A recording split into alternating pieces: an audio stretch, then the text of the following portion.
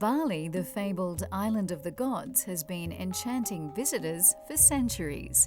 The first Europeans to set foot here were Dutch seafarers in 1597, several of whom refused to leave when their captain set sail.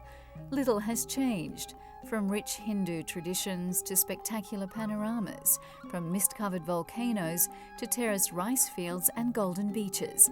Bali is an addictive and unforgettable experience.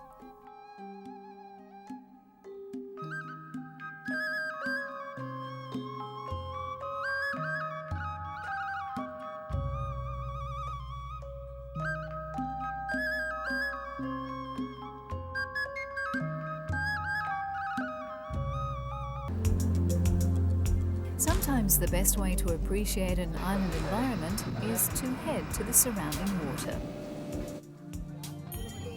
Well, as you can see, our next destination is offshore. We're heading on a day trip with Sail Sensations to Lembongan Island for a day of fun in the sun.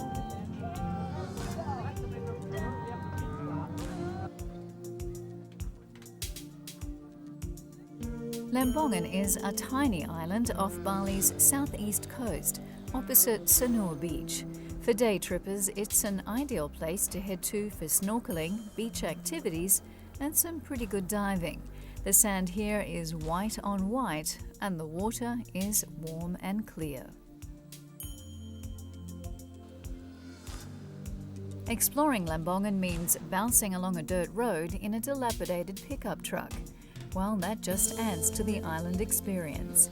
Life is simple here and revolves around tourism, fishing, and seaweed farming.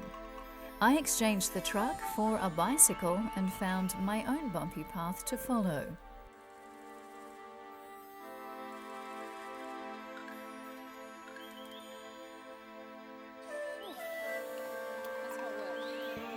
My trail wound into a small village where the day's seaweed haul was being sorted and dried in the sun. The main industry here on Lembongan Island is seaweed farming. This is spinosum alga. Believe it or not, this is actually going to end up one day as ladies' cosmetics, most likely, though it's pretty hard to imagine. The villagers earn from $1 to $2 a kilo for their harvest, so it takes a lot of effort to reach the monthly quota. Lembongan is also rich with mangroves, and you can take a short boat trip to get up close to the tangled water vegetation. The mangroves here are home to a rich variety of bird life, and they're actually protected under a conservation program that's supported by both the Japanese and Indonesian governments.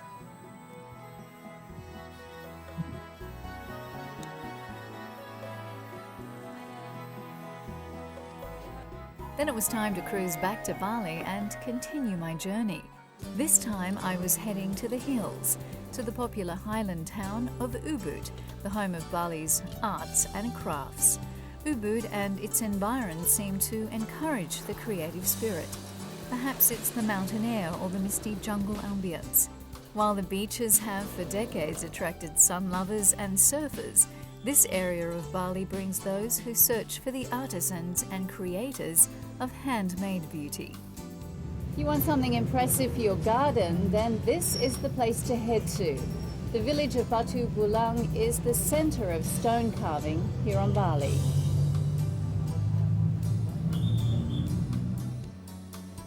Most commonly used is sandstone. From workers with stone, I ventured on to meet carvers of wood, magicians who can, with the turn of a knife, produce a masterpiece. Now, it's hard to imagine that a big mahogany log like this can become something like this, an incredible work of art. How long did it take to make this piece? It's around like this 1.5 years. 1.5 years. 1.5 years. And this village specializes This in... is special is the village center carving. Yeah. Yeah, it's a special wood carving center carving. Now, the man who did this, he's 77 He's years old. 77 years old. That's the age.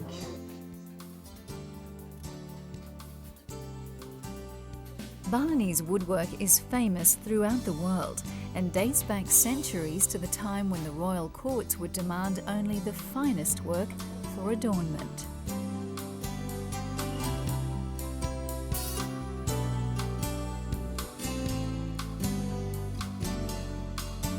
Bali is also home to painters. At galleries like Ayu Mas, you can discover fine and detailed classical paintings along with contemporary art. Traditional art tends to reflect the Hindu epics such as the Ramayana, while the modern work captures the beauty of Bali's landscape, people and daily life. Abstract art is also a popular choice. Whatever your taste, you'll discover that Balinese painters are among the best in the world, and you can generally find something unique that matches both your decor and your budget.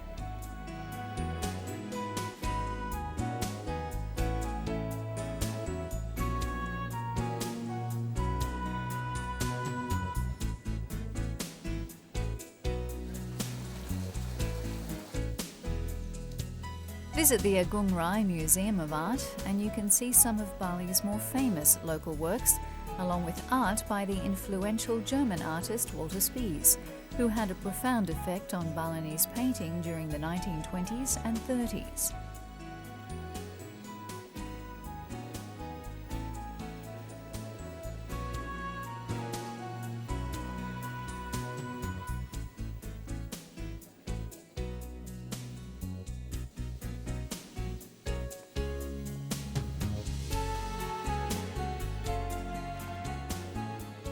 It's estimated that Bali is home to more than 90,000 artisans, producing a wide range of handicrafts.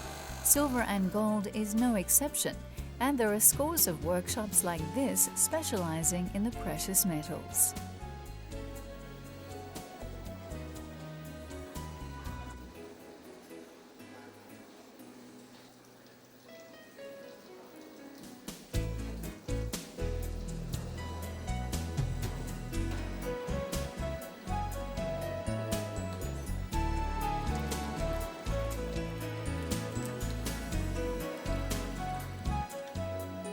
It was time to move on. Not far from Ubud is Goa Gajah, or Elephant Cave, discovered by Dutch archaeologists in 1923. To reach the cave, you'll descend a curving trail and enter via a courtyard that was unearthed after the cave in 1954.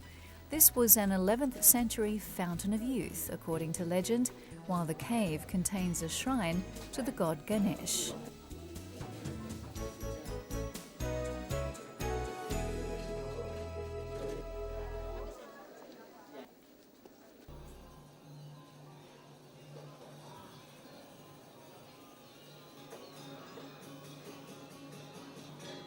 Much of Bali's fascinating culture is experienced through dance, the theatrical movement of dance drama, and the sacred dances that can be seen in the temple and surrounds. The barong is a mythical lion that chases away the menacing witch Rangda, thus symbolizing the fight of good against evil.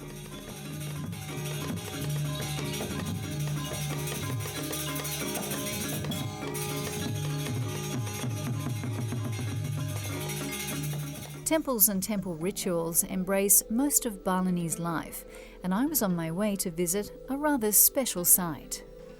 Right now we're making our way to one of Bali's largest and oldest monuments. And in this case, getting there is half the fun.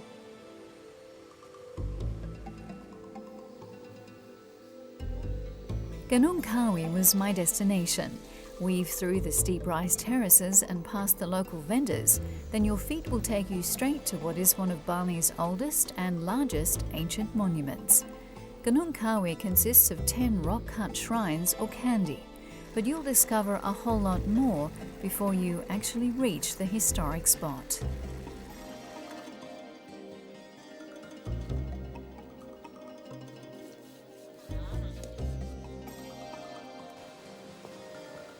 How amazing. Well, as you can see, the walk was worth it.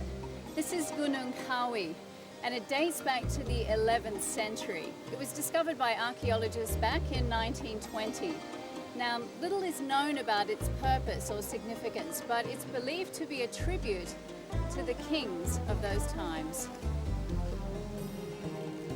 The walk was leisurely and enjoyable, but it was time for a little more action.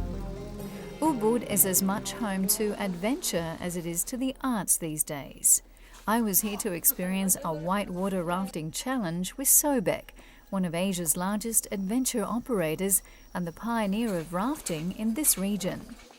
Safety comes first, so before heading way down the riverbank to the water, I had a few tips on rowing and climbing back in. Now, who says I plan to even fall in?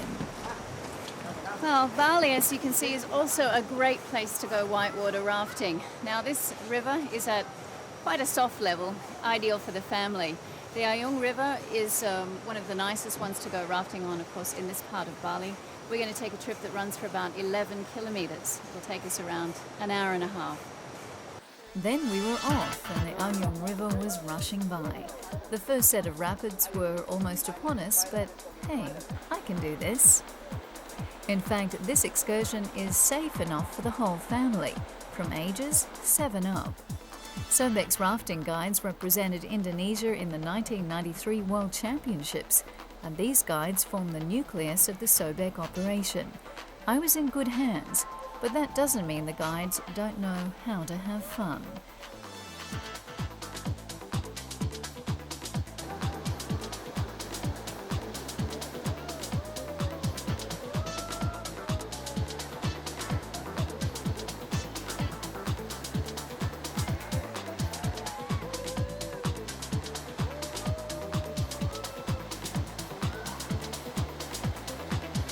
Watch out for the waterfalls.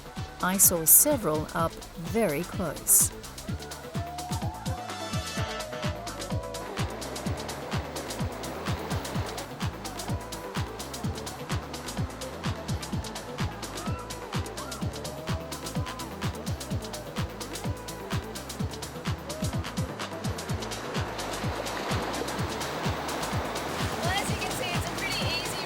But there are just enough rapids to add that touch of excitement. Be prepared to get very wet.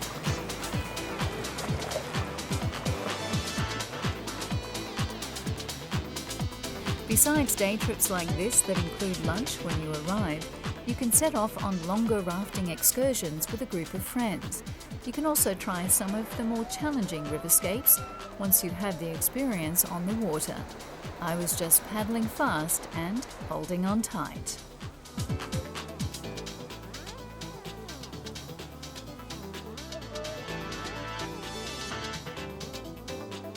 Obviously, I wasn't holding on tight enough.